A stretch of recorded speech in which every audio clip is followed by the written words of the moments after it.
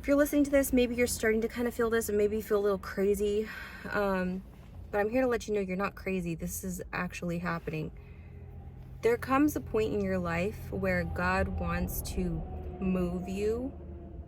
It may not be a physical move. It might be more of like a spiritual move. It might be a mindset shift.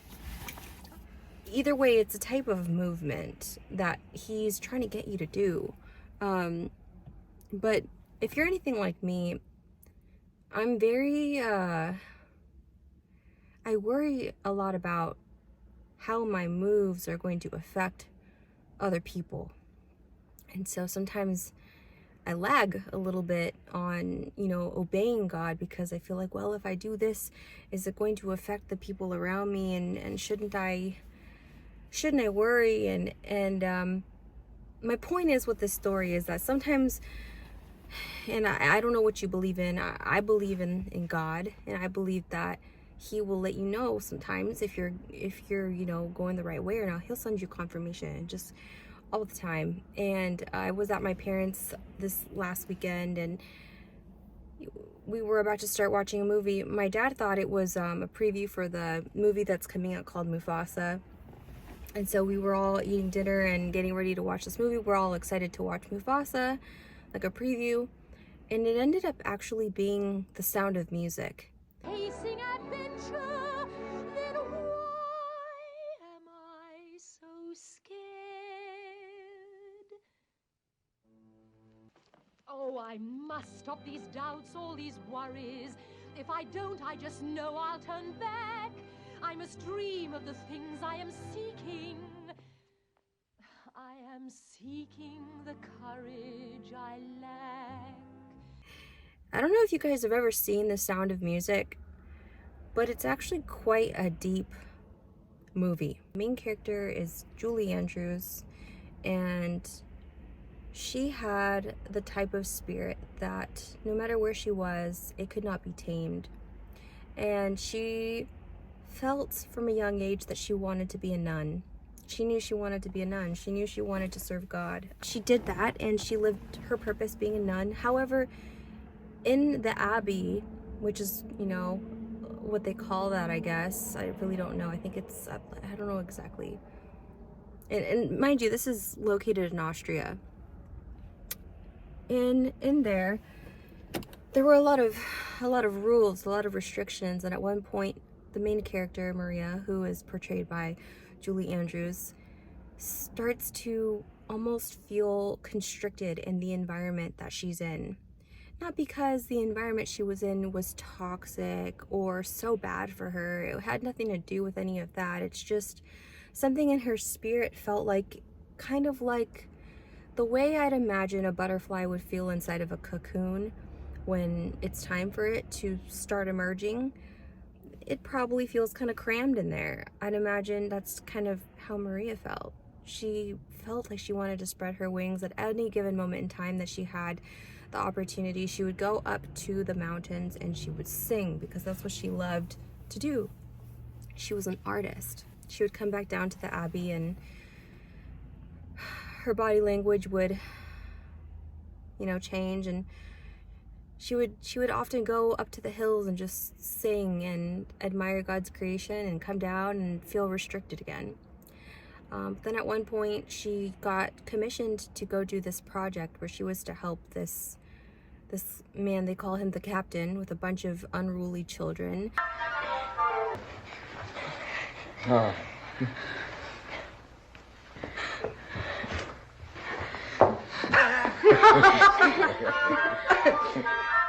What I'm going to say is, she was called I don't even know what you would call her, the lead nun assigned her this project. And Maria was like, you want me to leave? You want me to leave the Abbey? And she's like, yes, go leave. This will be good for you. You need this. Even the lead nun was like, go. I need you to just leave. You don't even like being here. And she's like, oh, but I love it. And she's like, yeah, but I think you need a little bit. You need to go see the world a little bit. So this woman who she served for a long time at the church told her, just go, it's okay, be free. And Maria went, she did it. She served this man. She ended up helping his children so much. And then at one point, the man started to gain like affection toward her.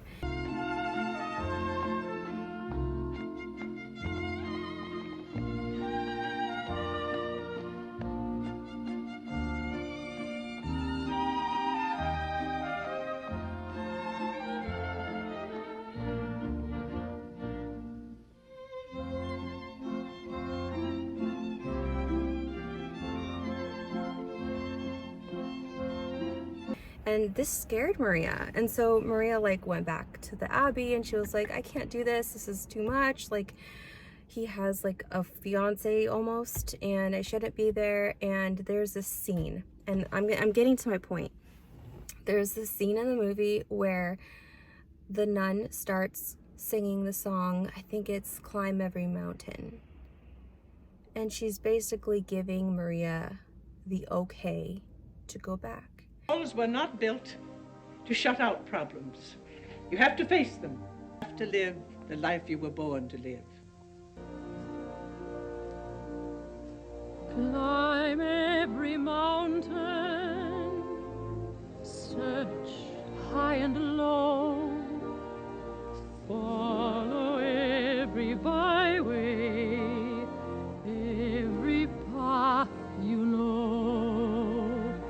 Climb every mountain, ford every stream, follow every rainbow till you find your dream. Climb every mountain, ford every stream, every rainbow till you find your dream.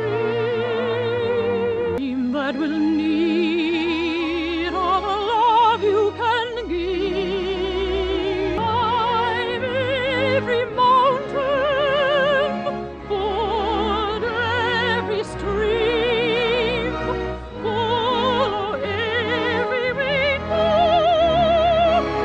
till you find your dream.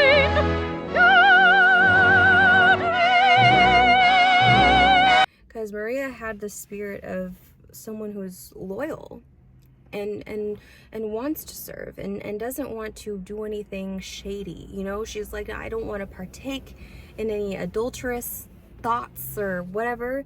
And that's the whole reason why she went back to the Abbey. And, you know, this lead nun said, Maria, don't you know this is where God called you? You're running away from your purpose. God called you over there for a reason. And she proceeds to sing this song, Climb every mountain, ford every stream, giving her the green light to dream. So my point is, we feel like we need to hold back because we're afraid that our decisions might have negative consequences. But God is so amazing in the way that he is, and that is, he will literally send you a green light because he knows you won't do it unless. Sometimes even has to kick you out of places by force, and it's actually a blessing in disguise because God knows you won't do it unless he makes you. So all in all, what I'm trying to say is God put the ability to dream in you. If you guys don't know about the story of Joseph in the book of Genesis, he dreamt dreams and he was so excited about them. He went through a lot, all because he was a dreamer, but ultimately he had a purpose. See, because if God, if you're getting in God's presence, one thing I know about him is that sometimes you think your desires are your own. A lot of times they're just God's desire for you. and He puts them on your heart. So if you're in a place currently where you're starting to feel like you want to blossom so bad, but you've plateaued and you can't blossom any further, it might be time to shift into whatever the next thing is. And now I'm not telling you to get up and leave, because that's not appropriate. Always consult God before making any big decisions, okay? And if you don't believe in God, think about it. But start moving in that direction, at least in your mind. God is so patient and amazing. There's things that He's told me that I'm like, I'm not ready for that, and He'll be patient with me, and He'll just prime my heart and my mind and my spirit for whatever the transition is. So I hope you know it's not selfish to follow God's call. You might have to leave behind people or things that you really love, but God's call is, when you don't answer God's call, his hand becomes heavy on you. There's a element of obedience He's looking for from us, and His hand won't lay off until you do it. Hopefully this makes sense for someone. God is with you, and He sees you, and He loves you. Blessings, you guys.